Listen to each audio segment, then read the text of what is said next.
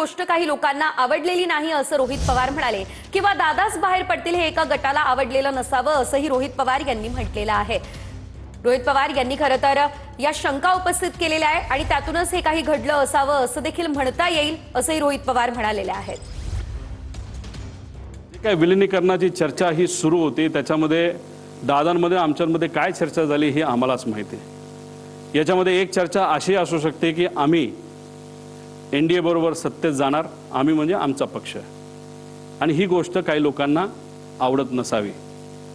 नाहीतर दुसरा जो सिनारिओ आहे, दृष्टिकोन आहे की दादाच एनडीएमध्ये राहणार नाहीत, दादाच एनडीएतून बाहेर निघतील आणि रस्त्यावरची सामान्य लोकांची साठीची लढाई आमच्यावर लढतील, आणि हा दृष्टिकोन एका गटाला आवडला नसावा। त्यामुळे ह्याच्यामध्ये जर राजकारण असेल आणि ह्याला जर घातपात असं आपल्याला म्हणावं लागेल आणि राजकारण आणायचं असेल तर या दोन दृष्टिकोनापैकी एक दृष्टिकोन कुठला तरी असावा, आणि त्या दृष्टिकोनाला पाठिंबा देणारा एक जो गट आहे तो याच्या मागे असू शकतो असंही आपल्याला त्या ठिकाणी म्हणता येईल। पायलटने दादांचं विमान मुद्दाम खाली आपटलं असं रोहित पवारांनी म्हटलंय। त्याला ब्लॅकमेल करण्यात आलं होतं का असा सवाल रोहित पवारांनी केलाय। स्फोट घडवून आणण्यासाठी विमानात अतिरिक्त इंधन ठेवलं होतं का असा सवालही त्यांनी उपस्थित केलेला आहे।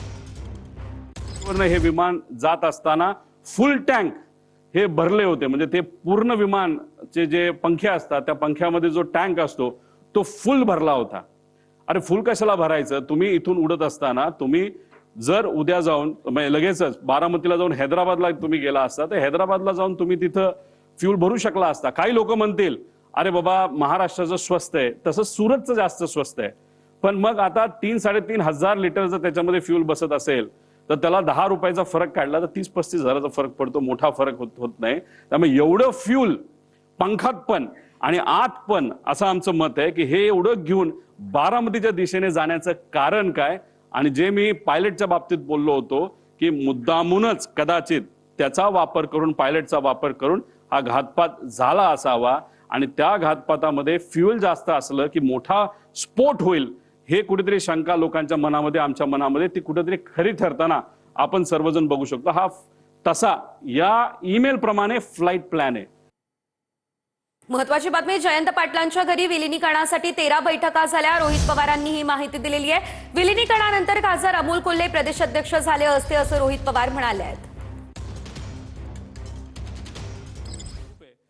डॉक्टर अमोल कोल्हेंनी सुद्धा या बाबतीत काही स्पष्टीकरण दिलंय, कारण डॉक्टर अमोल कोल्हेच या संयुक्तित राष्ट्रवादीचे प्रदेश अध्यक्ष या महाराष्ट्राचे झाले असते, दादांची इच्छा होती, आणि मग ते फार प्रामुख्याने पुढाकार त्या ठिकाणी घेत होते दादांच्या इच्छेप्रमाणे, आणि दादा त्यांच्यावर लक्ष ठेवून होते आणि त्यांना पार्टी ही वाढवायची होती। त्यामुळे अमोल कोल्हेंनी सुद्धा या बाबतीत स्पष्टीकरण दिलंय, ताईंनी दिलंय, शशिकांत शिंदे साहेबांनी दिलंय, ज्यांच्या घरी या बैठका व्हायच्या 13 बैठका झालेल्या आहेत।